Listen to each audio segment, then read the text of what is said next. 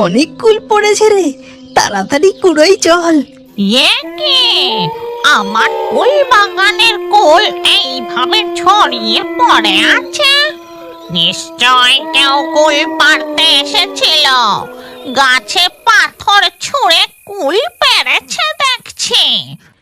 ঠিক তখন দুপুর 3:30। কেউ কোথাও নেই।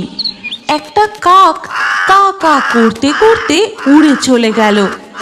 গোপাল নাড়ুদের বাড়ির কাছে এসে নাড়ুর ঘরের জানলার বাইরে দাঁড়িয়ে নাড়ুকে ফিস ফিস করে ডাকতে থাকে। এই নাড়ু, নাড়ু, ঘুমিয়ে পড়লি নাকি রে? তাড়াতাড়ি বাইরে আয়, আজ ওইখানে কুল পাড়তে যাব। নাড়ু তার ঘরে চুপ করে শুয়ে ঘুমোনোর ভান করছিল। গোপালের আওয়াজ পেতেই সে উঠে জানলার কাছে যায়। আচ্ছি আচ্ছি দাঁড়া, মা পাঁচিল কলে ঘুমোতে, টুপি টুপি বেরোতে হবে। এই কথা বলে নাড়ু চুপি চুপি ঘর থেকে বেরিয়ে পড়ে। আর দরজার আওয়াজ পেতেই নাড়ুর মা শুনতে পেয়ে যায়। এই, লুকিয়ে লুকিয়ে কোথায় যাচ্ছিস? তার মানে তুই ঘুমোসনি এতক্ষণ, ঘুমোনোর নাটক করছিলি? ফিরে আয় বলছি, না হলে সন্ধেবেলা তোর বাবা ফিরলে সব বলবো, তখন বুঝবি। এই রে, মা জেগে গেছে। এই গোপাল, তাড়াতাড়ি পালিয়ে চল, আমার মা জেগে গেছে। এবার কি হবে রে? পালা পালা পালা, তাড়াতাড়ি পালা। এই কথা বলে নাড়ু ও গোপাল দুই বন্ধু মিলে দৌড়ে সোজা গিয়ে পৌঁছায় ক্ষান্ত বুড়ির বাড়ির উঠানে। নাড়ু, ক্ষান্ত বুড়ি মনে হয় এখন ঘরে ঘুমোচ্ছে। এই সুযোগ, আজ আমরা বুড়ির কুল গাছ থেকে অনেক কুল পারবো। তাড়াতাড়ি পাথর কুড়িয়ে বুড়ির কুল গাছে ছোঁড়। ঠিক আছে, তবে এই দেখ আমার হাতের খেল। এই বলে নাড়ু ও গোপাল পাথর কুড়িয়ে নিয়ে ক্ষান্ত বুড়ির কুল গাছে ছুঁড়তে থাকে, কিন্তু একটাও পাথর কুল গাছে লাগে না। তুই একদম নিতান্না লাগাতে পারিস না। এই দেখ, এই পাথরটা ছুঁড়ে আমি 10টা কুল পাইবো। এই বলে নাড়ু পাথরটা জোরে ছোঁড়ে, কিন্তু সেটা কুল গাছে না লেগে সোজা গিয়ে পড়ে ক্ষান্ত বুড়ির কুঁড়ে ঘরের চালে। আর সেই আওয়াজে, এই কে রে, কে বাইরে? আমার কুল গাছে পাথর ছুঁড়ছিস? দাঁড়া তো দেখি একবার। এই রে, ক্ষান্ত বুড়ি জেগে গেছে। তুই এমন পাথরটা ছুঁড়লি, সোজা ক্ষান্ত বুড়ির ঘরের চালে পড়লো। এবার কি হবে? কি আবার হবে? ক্ষান্ত বুড়ি বেরোনোর আগে আমরা এখান থেকে দৌড়ে পালাই। চল। এই কথা বলা মাত্রই নাড়ু ও গোপাল দৌড়তে দৌড়তে বাঁশ বাগান পার করে গিয়ে পৌঁছায় এক কুল বাগানের সামনে। এই নাড়ু, ওই দেখ কত কুল গাছ। হ্যাঁ, তাই তো দেখতে রে, কিন্তু এই জায়গাটার ব্যাপারে তো আমরা আগে জানতাম না। কত সুন্দর লাল লাল কুল। চল, এখানে কেউ নেই, আমরা মজা করে কুল খাবো।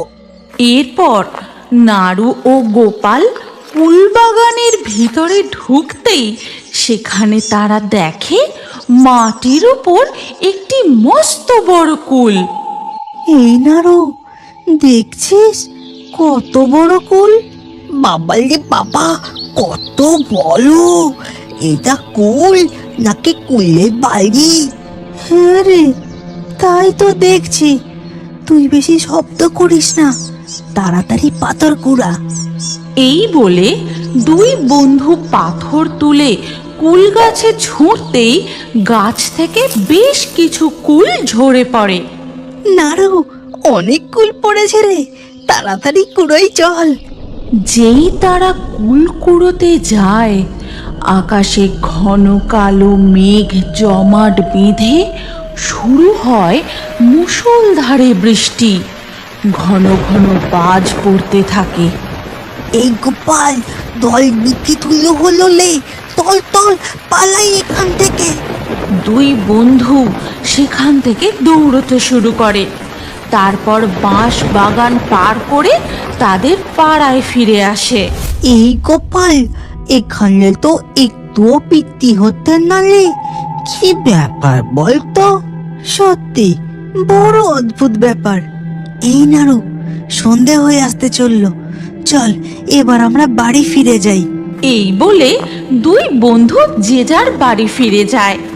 এরপর ধীরে ধীরে রাত হয়ে যায়, আর ওদিকে তখন চাঁদের আলোয় সেই কুলবাগানে দেখা যায় ওই মস্ত কুলটার মধ্যে থেকে এক ডাইনি বেরিয়ে আসে।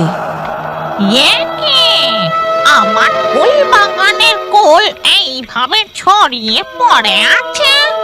নিশ্চয় কেউ কুল পাড়তে এসেছিল, গাছে পাথর ছুঁড়ে কুল পেরেছে দেখছি। একবার যখন আমার কুলের বাগানের হদিশ পেয়েছে, বেটারা আবার আসবে। আমাকে কিছু একটা ব্যবস্থা করতেই হবে। এই বলে ডাইনি তার মস্ত কুল বাড়ির মধ্যে ঢুকে যায়। তারপর তার উনুন জেলে কি যেন একটা তৈরি করতে থাকে।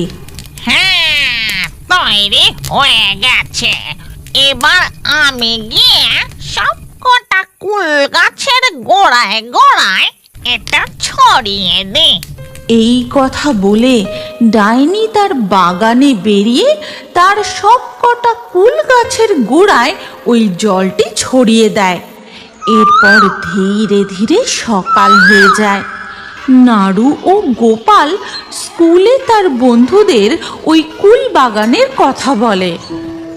আজ আমরা সবাই স্কুলের ছুটির পর ওই কুল বাগানে কুল পাড়তে যাব, ঠিক আছে? স্কুলের ছুটির ঘন্টা পড়তেই তিতলি, নাড়ু, গোপাল, বানি সবাই মিলে যায় ওই কুল বাগানে। তারপর আরে, এখানে কত কুল গাছ! আজ তো আমি অনেক কুল খাবো। এই গোপাল, তাড়াতাড়ি কুল পাড়। এরপর নাড়ু ও গোপাল পাথর ছুঁড়ে অনেক কুল পাড়ে। তারপর তারা সেই কুল কুড়িয়ে খেতেই বাহ, কি সুস্বাদু, কি মিষ্টি কুল! এর আগে এমন কুল আমি কখনো খাইনি। তুই ঠিক বলতি, এই কুলে একটুও টক নেই। হ্যাঁ, সত্যি। তারা সবাই মিলে পেট ভরে কুল খেতে থাকে। যত খায় ততই যেন তাদের মন আর ভরে না। ওদিকে ওই মস্ত কুল বাড়ির ভিতর ডাইনি বসে বসে খা খা, আরো কুল খা। যত খাবি তত তাড়াতাড়ি। এই, বিকেল হয়ে গেছে, এবার সন্ধ্যা হয়ে যাবে। চল, আজকে আমরা বাড়ি ফিরে যাই। কালকে স্কুলের ছুটির পর আমরা আবার এখানে এসে কুল পারবো, কেমন? হ্যাঁ, তুই একদম ঠিক কথা বলেছিস। আমরা এবার থেকে রোজ এখানে আসবো। এরপর নাড়ু, গোপাল, তিতলি, বানি সবাই যে যার বাড়ি ফিরে যায়। আর এদিকে মস্ত কুল বাড়ির মধ্যে সামনের অমাবস্যার মধ্যেই আমার বাগানে আরো 4টি কুলের গাছ যোগ হতে চলেছে। এর পরের দিন স্কুলের ছুটির পর নাড়ু, গোপাল ও তার বন্ধুরা মিলে ডাইনির কুলের বাগান থেকে কুল পেড়ে খেতে থাকে। এইভাবেই দিনের পর দিন চলতে থাকে। কেউ আর ক্ষান্ত বুড়ির কুল গাছ থেকে কুল পাড়তে যায় না। কি ব্যাপার, ছেলে পুলেরা আর আমার গাছে কুল পাড়তে আসে না? ছেলে পিলেদের হই হুল্লোড়ে আমার মনটা বেশ ভালোই থাকতো। আমি তো কারো কানও মুলে দিইনি, তারপরেও কেন যে এখন আর আসে না কি জানি, ব্যাপারটা দেখতে হবে। এর পরের দিন গোপাল ও তার বন্ধুরা যখন ক্ষান্ত বুড়ির বাড়ির সামনে দিয়ে বাঁশবাগানের দিকে যাচ্ছিল, তখন তাদের দেখতে পেয়ে ক্ষান্ত বুড়িও তাদের পিছু নেয়। ছেলে পিলেগুলো কোথায় যাচ্ছে আমাকে একবার দেখতে হবে। তারা গিয়ে পৌঁছায় ওই কুল বাগানে। তারপর কুল পেড়ে পেট ভরে খেতে থাকে। এই দেখে ক্ষান্ত বুড়ি, এই ব্যাপার, এরা নতুন কুল বাগানের সন্ধান পেয়েছে, তাই এই ক্ষান্ত বুড়ির টক মিষ্টি কুল ভুলে গেছে। যাই, বাড়ি ফিরে যাই। মনে মনে এই কথা বলে ক্ষান্ত বুড়ি তার বাড়ি ফিরে যায়। এরপর ধীরে ধীরে রাত নেমে আসে। ওদিকে অমাবস্যার ঘুটঘুটে অন্ধকারে ডাইনি আমার কুলের বাগানে আরো 4টি কুলের গাছ যোগ হলো। এর পরের দিন সকালে ক্ষান্ত বুড়ির কানে আসে গ্রাম থেকে 4টি ছেলে মেয়ে নিখোঁজ। তারা নাকি স্কুল থেকে আর বাড়ি ফেরেনি। এ কি সর্বনেশ কাণ্ড! তার মানে ওই ছেলে পিলেগুলো কালকে তাদের ঘরে ফেরেনি নাকি? ওখানে গিয়ে দেখি তো একবার। এরপর ক্ষান্ত বুড়ি ওই কুল বাগানে যায়। সেখানে গিয়ে সে কাউকেই দেখতে পায় না, শুধু দেখতে পায় 4টি গাছের গোড়ায় 4টি স্কুলের ব্যাগ পড়ে রয়েছে। আর তখনই নজর যায় ওই বড় কুলটার উপর। বুঝেছি বুঝেছি, এই সবই ওই কুলের মধ্যে সংসার পেতে বসা ডাইনির কারসাজি। দাঁড়া ডাইনি, আজ তোর একদিন কি আমার একদিন। আমি যেটুকু মন্ত্র শিখেছিলাম আজ তা দিয়েই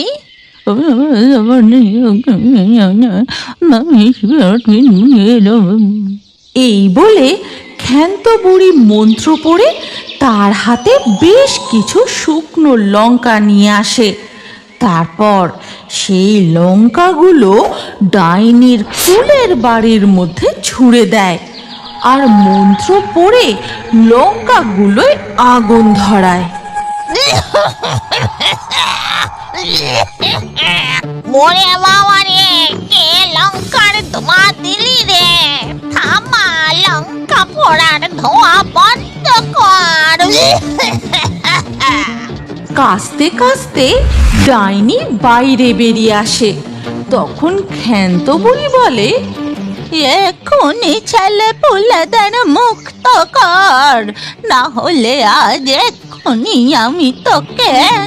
তোমরা এত বড় সাহস বুড়ি, তুই আমার বাড়ির মধ্যে লঙ্কা পোড়া দিস? এবার আমি তোকে। তবে রে, তোর এত বড় সাহস! এই বলে ক্ষান্ত বুড়ি বিড় করে মন্ত্র পড়ে একটি জবা ফুল প্রকট করে। তারপর ডাইনের গায়ে ছুঁড়ে দিতেই ওরে বাবা রে বাবা, ওরে বাবা রে বাবা, বুড়ি তুই আমায় ছেড়ে দে।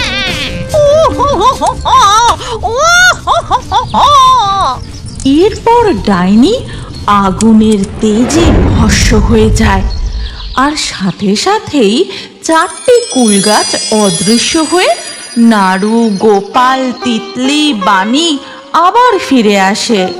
চল বাচ্চারা, এবার বাড়ি ফিরে চল। এখন থেকে এই বাগানে আর কুল পাড়তে আসিস না। আমার গাছের কুল পেকে মাটিতে পড়ে নষ্ট হচ্ছে। তোরা যখন ইচ্ছে তখনই আমার গাছ থেকে কুল পেড়ে খাস, কেমন? আমি তোদের আর বকবো না। আর মনে রাখিস, লোভে পড়ে কোনো অচেনা জায়গায় যাওয়া উচিত নয়। বড়দের কথা শুনতে হয় বাবা। এরপর থেকে গ্রামের সকল ছেলেপুলেরা ক্ষান্ত বুড়ির কুল গাছ থেকে কুল পেড়ে মজা করে কুল খেতে থাকে। তুমি কি জানো, তোমার নামও আমাদের কার্টুন ভিডিওর মধ্যে থাকতে পারে? আজকের